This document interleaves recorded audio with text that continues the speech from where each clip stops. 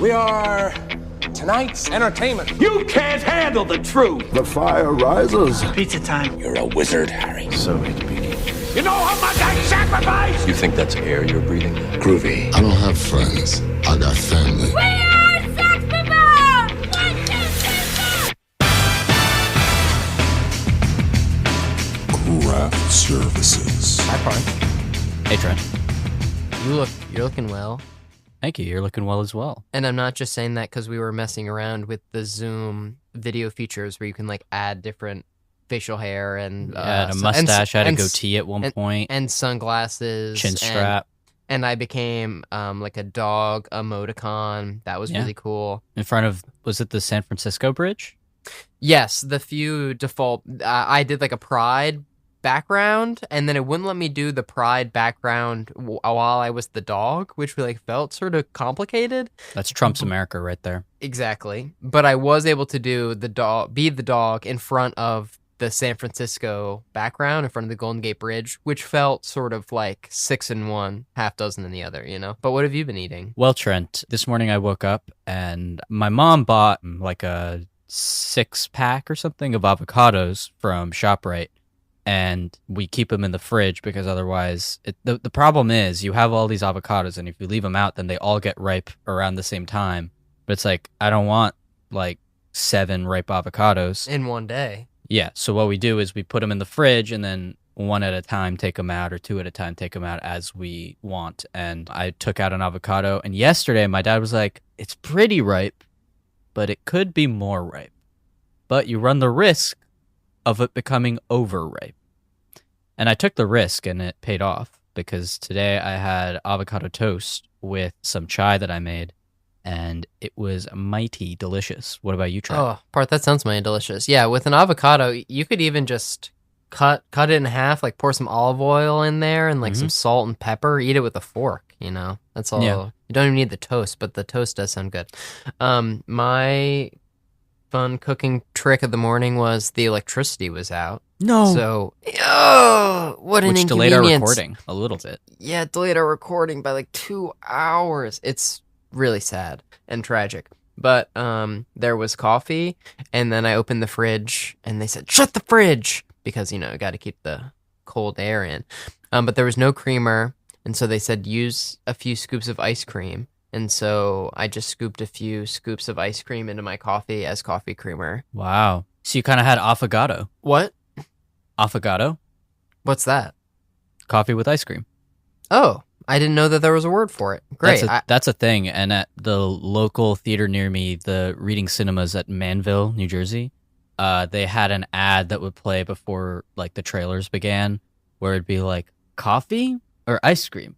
Why choose with new affogato? Whoa. I've heard of like root beer floats and stuff like that, which also most of my root beer float experience or soda Coke float, whatever. I guess. Coke float has been at your house. Yeah. Because it's not really how my brain works, but in my few dances with the devil, it's been fun. But what's really fun is this intro.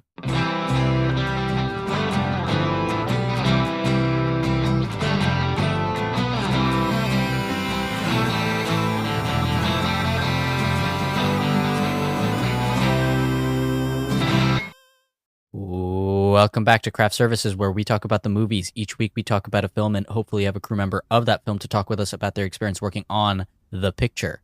This week we're continuing our conversation with Trent. Cinematographer Drew Daniels, who's worked on, you know, our film for this week, Sean Baker's ANORA. He also worked on Sean Baker's last film, Red Rocket, where we're super excited to continue and close out our super cool conversation with Drew Daniels. Thanks again to Drew Daniels and his team for their time and for setting this up. Super, I have to say, this opening of 2025, I've been really happy with our guest list. We've gotten a lot of Oscar-nominated movies, Oscar hopefully winning movies. Yeah, I was just heading in this direction too, to say congrats to ANORA for its Best Picture recognition and in a bunch of other categories at the Oscars. Unfortunately, no cinematographer nomination. That's a little cray. But Drew Daniels, we'll see you on the next one.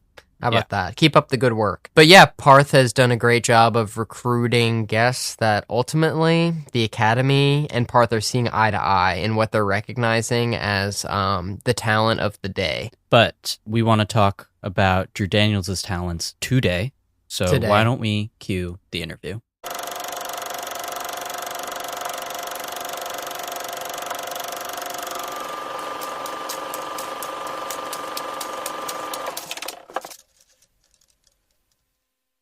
Speaking of weather, I read that you guys chose like an overcast day specifically so that you could maintain continuity. Was maintaining that also was weather cooperative for you for the most part? Sort of. I mean, it's much easier to count on gray skies, I think, in New York because you have all the buildings that block the sun. The sun is usually low in the sky, so it gets blocked by mostly buildings or whatever, and also it just felt right for the film, especially given the day in question is probably what you're talking about mostly is the home invasion day. I mean, it just felt right. Like we wanted a cold feeling and a gray feeling, so it also on a practical level was going to be easier to create a cloudy soft light as opposed to create sun and maintain the sunny continuity over that long of a time. And with the resources. And also, I just wouldn't have felt right. So I was mainly doing it because I wanted it to feel gray and cloudy. But also, I knew that if I had direct sun coming in on one side of the house, I could just point the camera the other way, or I could diffuse it and then light them with soft light, or I could make sure the light was coming in at like a backlight angle where it doesn't really read as direct light as much if it's coming from behind, and if it's coming through like it's blocked by windows and the awnings and whatnot, it's not, as long as there was no hard light touching the actors, I could get away with it. And so that was the goal. There's never hard light touching the actors in that scene. So I heard you say during the car scenes the actors are live driving. Does that mean they're not even on a trailer? Does that mean the actors are operating the car? Yes. Super cool. I'm curious about doing the coverage, jammed in the car for a lot of the movie, and also about how you work around reflections when you're shooting like head on the hood of the car looking in. Yeah. Well, reflections are never an issue because you're usually you're usually reflecting whatever's above because of that angle, sort of that above, sort of backy top angle. So that's not really a problem, and you could use polarizers and stuff. But I was never really, because also they're live driving, so I couldn't really just shine lights from the front into their faces while they're driving. So I usually lit all the nighttime stuff from inside the car. I'd shoot wide open and push it a stop or two, and then I would light them very dimly with light pads that were sort of hidden around inside the car, just so it felt like dash light or just sort of like ambient, sort of no light kind of light. And that was usually many stops under, like 3 to 4 stops under, just so you could see them whenever there was no passing street light or ambient light coming from the sidewalks. You could still see something. But yeah, that was the goal, was just to make it as non-invasive so they could actually drive the cars. And also I really enjoy moving light, and I wanted like headlights to light them. I wanted passing street lights and passing as they pass like storefronts and things like that. I wanted that moving light to be what lit them. And it just feels more real because, it is real. It is coming from those things. And it might be quite dark, but, that was also one thing that I was trying to lean into, was like having New York still be dark, because I feel like often you see nighttime in movies and it's quite lit. It's quite, I feel like almost over controlled, and everything has light hitting it. And I kind of like some of the darker 70s nights, where you just have little points of light or little pockets of light, or for instance, like Taxi Driver or something. It's so dark, Speaking of those 70s movies, I mean, I've read that Vilmos Zsigmond, he's one of your big guys that sort of influences you. And I also read that Paul Thomas Anderson's Magnolia is a big touchstone movie for you.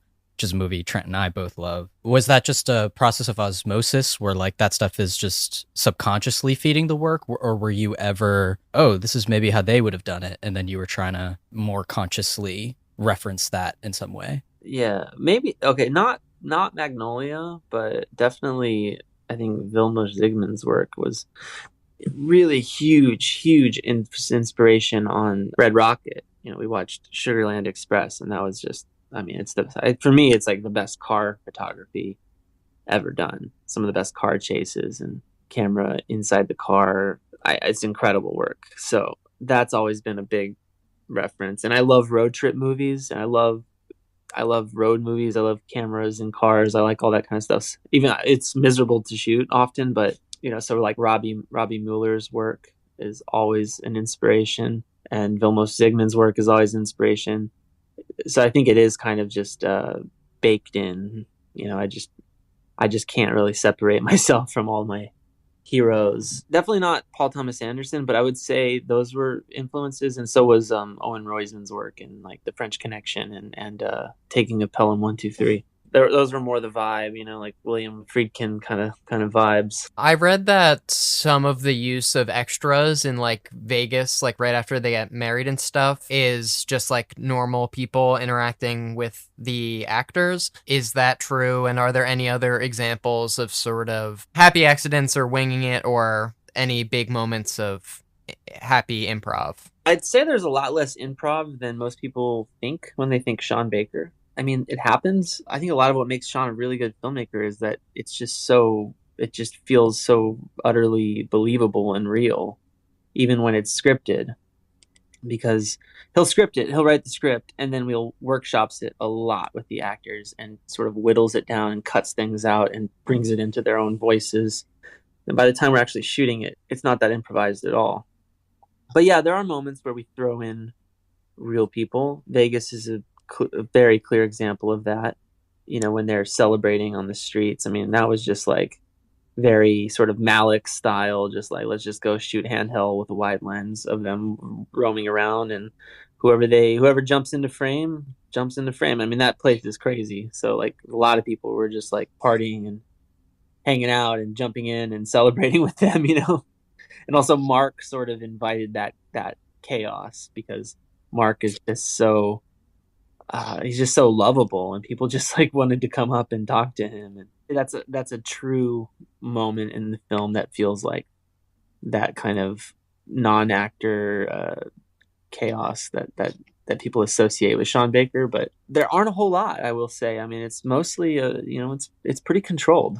The woman taking like the polar plunge on the beach, I could see that going either way. Was that planned? That was planned. She was a real person, though. She was actually part of the Polar Club, or the Polar Bear Club of Coney Island. You know, the guy that is in the candy shop, he's an actual local. I think he works at the candy shop. He's like a staple for the community. He's always around. Everyone knows him. Some of the Russians, when they're on the crawl, like looking for Ivan, many of the people in the restaurants and many of the people in the sort of karaoke, like all the people in that club where Toros goes and shows the picture, gets up on stage and he's showing them, that was all real people. And like the owners of the building knew we were going to do it, but the people in there didn't know we were going to do it. So a lot of those people you're seeing their real reactions, and then a lot of this stuff where we're just shooting long lens from across the street, you know, people in the restaurants. There's a woman who says, I think maybe he was kidnapped. Like, that's just a real woman really saying that. Like, she actually thought he was kidnapped. So yeah, there's a little bit of that stuff injected in there, but those are all like really quick pieces, and we were searching for that, and I think we found just the right amount of it to kind of make it real and give it the sort of spontaneous, chaotic feeling that Sean's movies are so good at capturing. I read that shooting at Annie's nightclub was, quote, a nightmare to light, and getting that right. Can you talk about why that was so hard and how you overcame the challenge? Yeah, it was just tough. I mean, the hardest part was we shot in there for 6 days, but we couldn't shoot 6 consecutive days. We had to shoot two, and two. So that means we had to load in and load out. Wow. That sucks. Every single time. Art department had to put up and tear down, and however many times.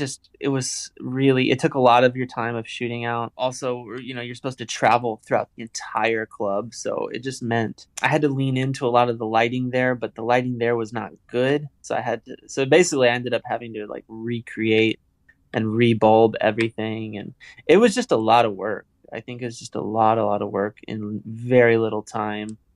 The crew was pushed to the extreme at that location. I think it was just really hard. I mean, we would be wrapping up and it'd be like end of our 2-day chunk, and it'd be, 6 p.m. or whenever people start to come in for work, and there's like dancers and people coming in, and we're still pulling down lights, and it's just everyone's on top of each other, and it's just also we wanted to be able to look every direction, which just meant lighting a whole lot, which meant I had to push the film a lot, and I had to use Sean, we wanted to use red light, which red light is just very difficult, and I learned a lot about red light. I feel like you can use red, but you have to mix in other colors, other bits of more like pure light, so because red just becomes really soft and kind of just a big blob.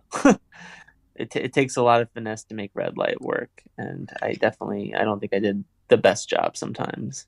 Could have done better. The club you shot in, you see a bunch of different rooms and spaces in the private rooms and the VIP room. Were those all really there and practically connected, or were the locations sort of Frankenstein together? Like some were really there and some was stage or something like that? No, they were all there. Those were actual rooms where that stuff happens.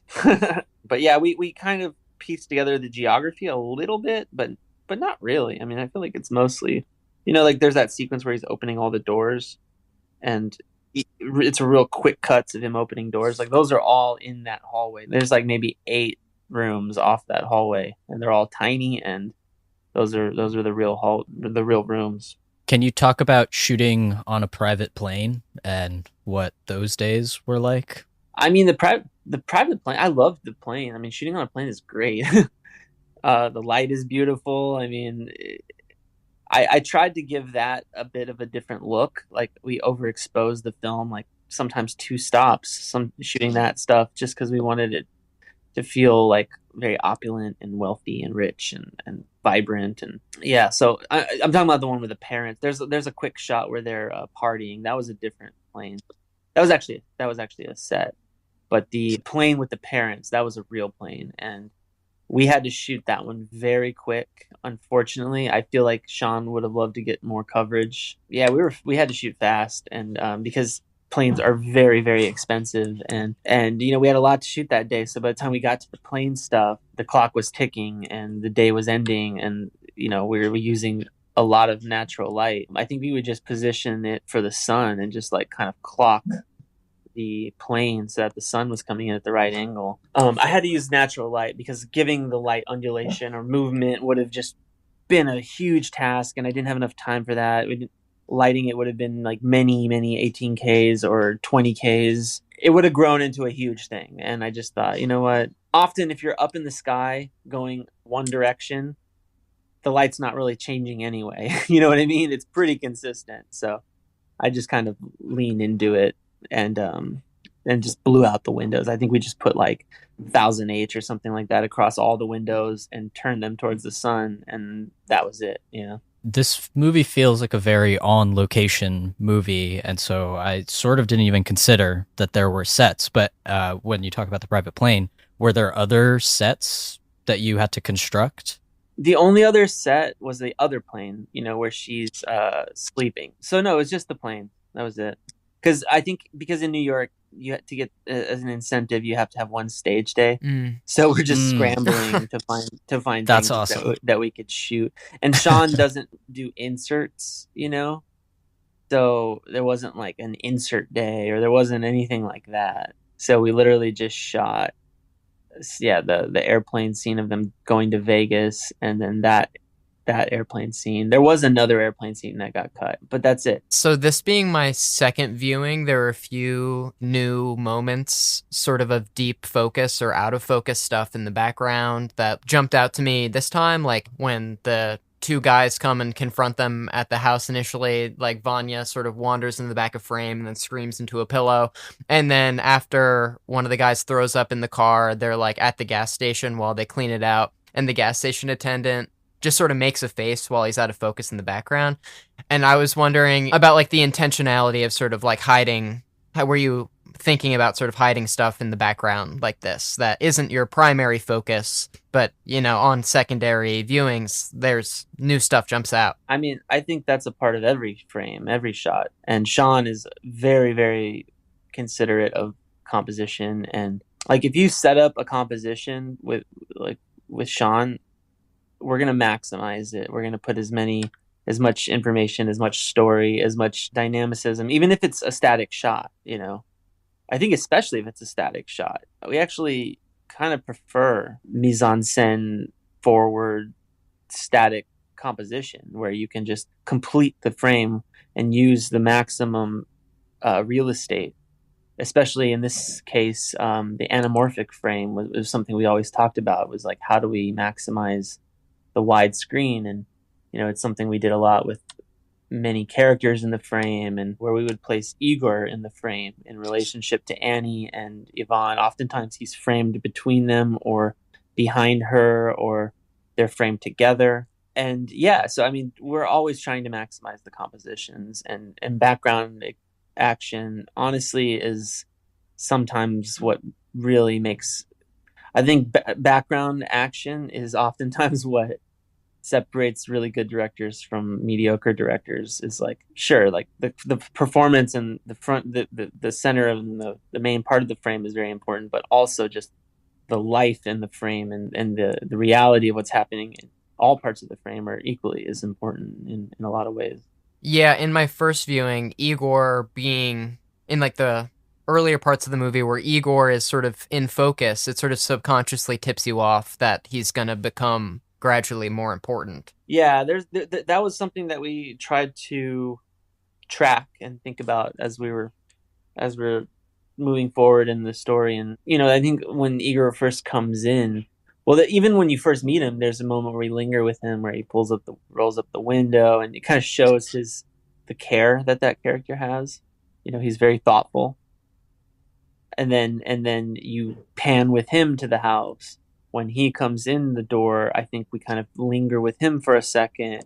So there are these clues throughout the film, yes, that he's going to be important. As we sort of start to wind down and wrap up, we like to ask if you have a favorite shot in the movie, and if you have a shot that was like the most difficult one to achieve that you can remember. One of my favorite shots is just very simple. It's the shot of at the end when she's laying on the bed, and she's just like enveloped in the red blanket, but it's like a very cold, wintry light, and she flips over and there's like hair in her face and you can just barely see her eye. I really love that. I think that frame just feels like our references. It feels like very Godard. It feels like Contempt was the film reference that we were kind of going along with for that. And red is just such a powerful color. You can see the tinsel in her hair. There's just like this, I don't know, there's this weight to that shot that I really enjoy. I really like. And one of my favorite scenes is the scene with her and Igor smoking a blunt, watching the Weather Channel. Like I just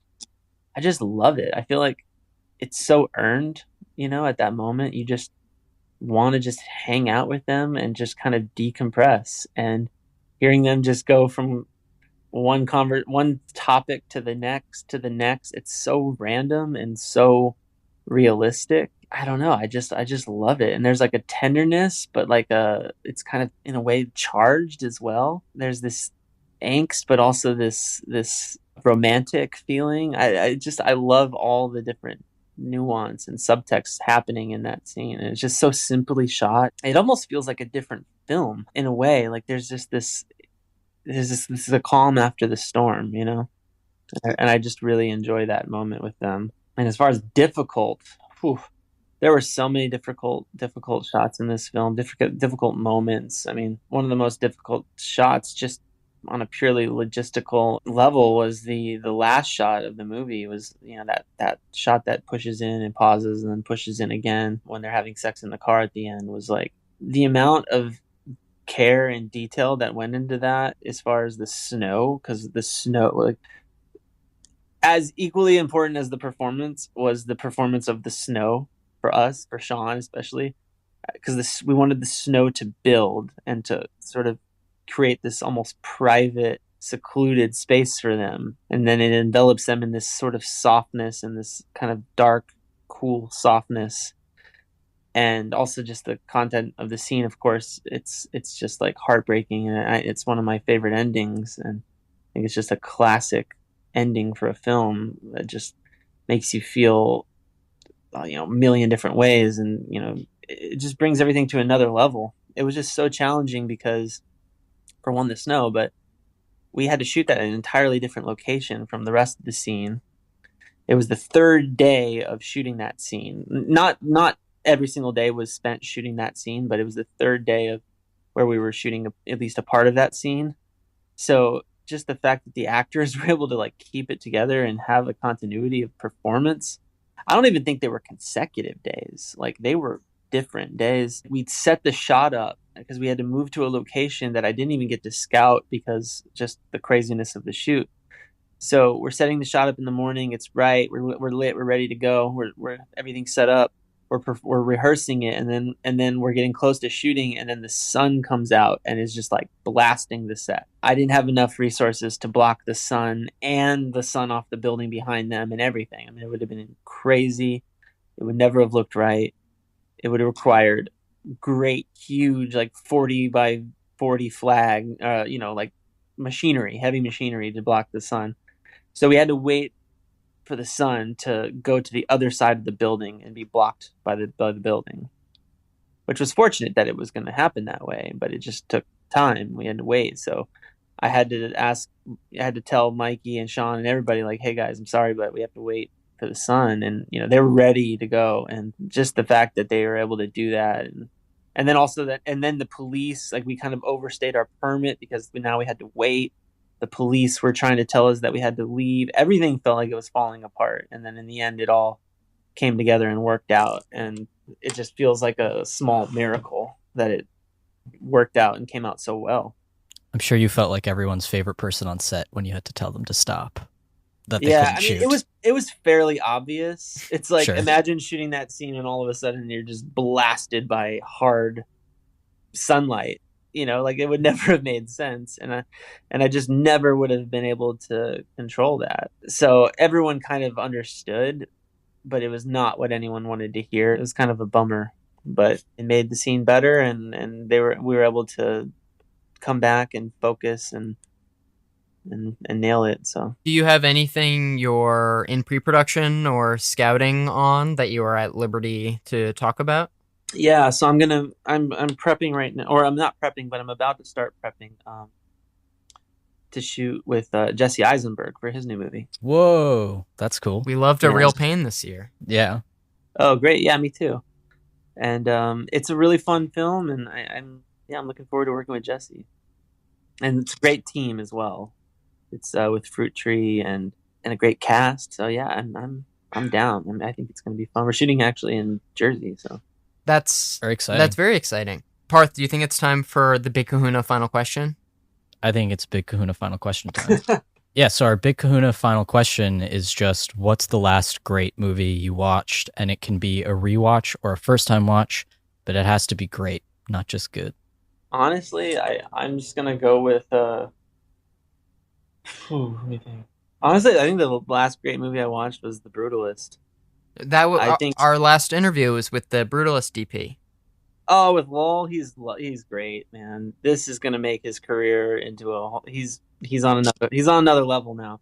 We got him right before his Oscar nomination, and he was too big for us. Right before his stock price shot up.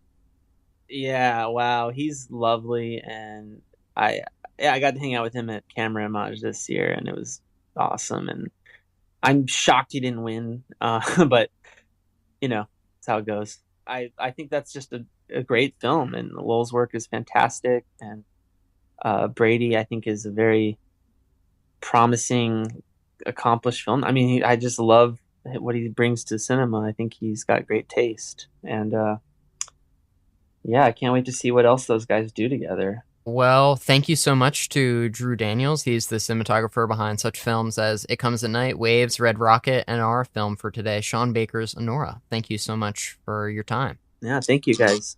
Thank you.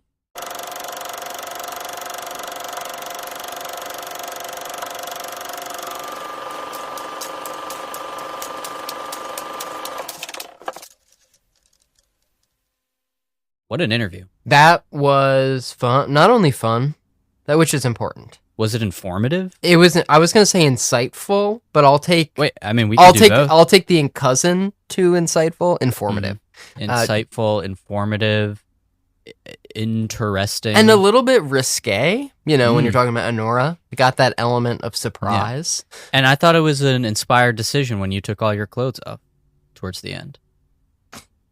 It's like there's no way for me to prove that isn't the case. You know, it's like in The Office, Dwight is recording a meeting, and then they're like, Dwight is stabbing me. Dwight is Muppet's baby tattoo. Yeah. So, what I'm saying is you should write your own material and try to be more original. It's funny because I'm actually rewatching The Office and have been for the last month or two. Parth, be honest, you hit that episode recently? No, that happened a while back. Deep in the psyche. Right now, in the zeitgeist. I'm in season 5, and I'm looking forward to the Michael Scott Paper Company run. Parth, what's peak for you? I think. Well, I mean, before we get lost in the sauce with Office let's talk, just take a minute. But thank you to Drew Daniels. Really good interview. Really excited. Congrats on ANORA's success. It's awesome. One of our favorite movies of the year. We're going to be rooting for it at the Oscars. But in the meantime, The Office. I think that seasons 2 through 4 are the best. I mean, that's not a crazy opinion to have. That's, I think, the most common opinion. Because I think once you get to season 5 is when they start really bending the rules of reality. Or at least they start becoming much more broad. But I think that it's still very enjoyable. But I think once you get past the Michael Scott Paper Company arc, it starts going, I don't want to say downhill, but it's not uphill. And it's not quite at the same level. But while The Office becomes more broad as it goes on, I think that our podcast has become more specific in its taste.